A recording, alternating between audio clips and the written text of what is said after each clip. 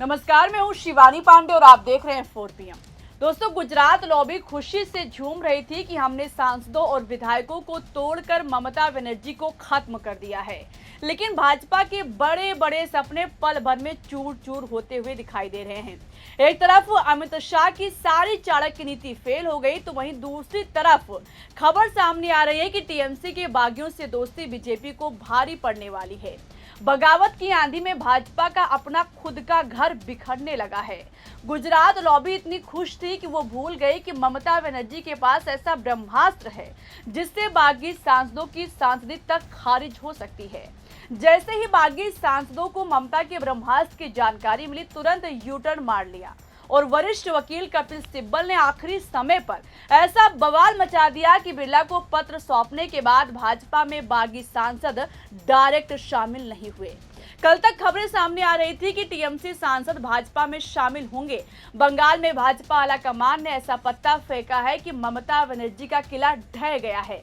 ममता बनर्जी अपना घर तक नहीं बचा पाई, मगर अब देखिए, अमित शाह, मोदी और शुभेंदु अधिकारी, इन सभी नेताओं की लाख कोशिशों के बावजूद बागी सांसदों ने भाजपा में आने से इनकार कर दिया।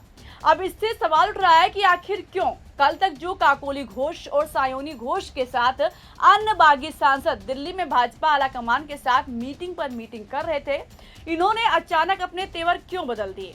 ममता बनर्जी आखिर ऐसा करने क्या जा रही हैं, जिसकी भनक लगते ही इन सांसदों ने आखिरी समय पर अपने कदम पीछे खींच लिए, एनसीपीआई पार्टी को अपना ठिकाना बना लिया। वजह आपको बताएंगे दोस्तों, साथ ही आखिर कैसे अमित शाह की चाणक्य नीति धाराशायी हो गई, इस पर भी आएंगे। लेकिन उससे पहले आप इस खबर को देखिए। ममता के बागी सांसदों पर खतरे की घंटी बज गई है। खबर लिखा है कि टीएमसी के बागी सांसदों पर अब भी है खतरा। एनसीपीआई में विलय पर कपिल सिब्बल ने गिनाए कानूनी पेच। ममता बनर्जी के पास ब्रह्मास्त्र, यानी वरिष्ठ वकील कपिल सिब्बल ने सांसदों को आईना दिखा दिया और ममता बनर्जी से साफ साफ कहा कि आप शांत क्यों बैठी हो, अपना ब्रह्मास्त्र निकालकर इन सांसदों पर अब वार कर दो। अब आप सोच रहे होंगे कि ममता बनर्जी का ब्रह्मास्त्र क्या है।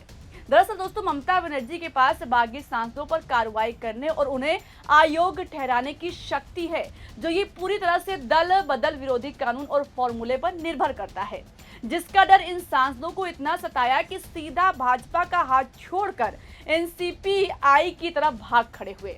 दोस्तों, भारत के संविधान की 10वीं अनुसूची में साफ साफ कहा गया है कि अगर कोई सांसद अपनी मर्जी से पार्टी की सदस्यता छोड़ता है या पार्टी व्हिप का उल्लंघन करता है, तो पार्टी अध्यक्ष या उसके द्वारा अधिकृत नेता स्पीकर से उस सांसद की सदस्यता रद्द करने की सिफारिश कर सकता है। हाँ, लेकिन दोस्तों, अगर किसी पार्टी के कम से कम 2/3 सांसद एक साथ मिलकर किसी अन्य पार्टी में विलय करते हैं या अलग गुट बनाते हैं, तो उनकी सदस्यता रद्द नहीं हो सकती है।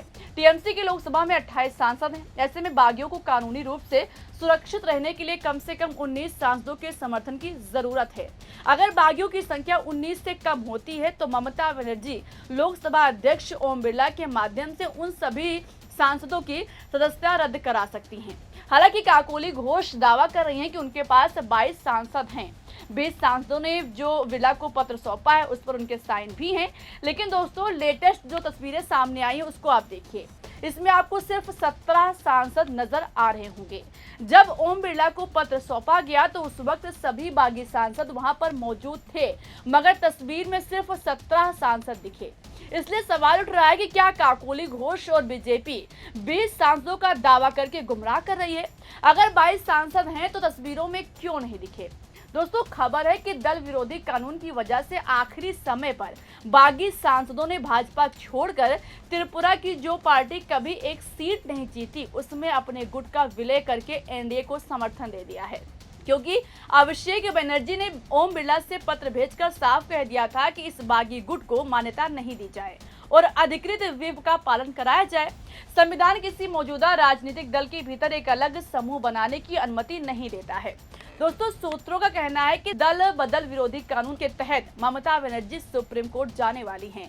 जब ममता बनर्जी को इस बात की भनक लगी कि बागी सांसद उनसे असली टीएमसी का टैग और सिंबल छीनने के लिए जुलाई में सुप्रीम कोर्ट जाने वाले हैं, तो ममता बनर्जी भी तैयारी में लग गई कि वो उनसे पहले सुप्रीम कोर्ट जाएंगी।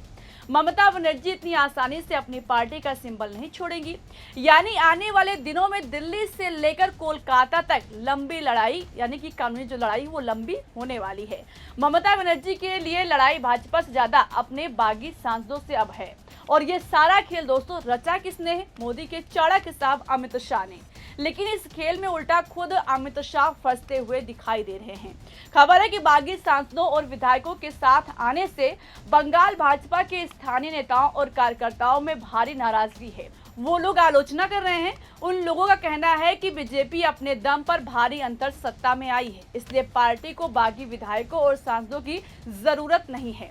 बंगाल के बीजेपी नेताओं को डर है कि जिन नेताओं के खिलाफ वो बरसों से लड़ते रहे हैं, उनके साथ गठबंधन करने से कार्यकर्ताओं के बीच गलत संदेश जा सकता है और जनता का भी भरोसा उठ सकता है, जिससे भाजपा अपनी बनी बनाई जमीन भी गंवा सकती है। यानी कहीं ना कहीं भाजपा के अंदर विरोध की आग भड़क उठी है, जो आगे अमित शाह के लिए अच्छे संकेत नहीं है, क्योंकि इन्हीं नेताओं और कार्यकर्ताओं के दम पर भाजपा को बंगाल में सत्ता मिली है।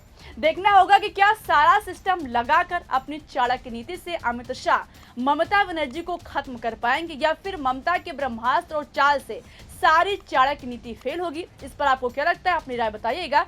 वीडियो में अभी के लिए बस इतना ही। वीडियो को लाइक और शेयर करना मत भूलिएगा। देखते रहिए 4 PM। नमस्कार।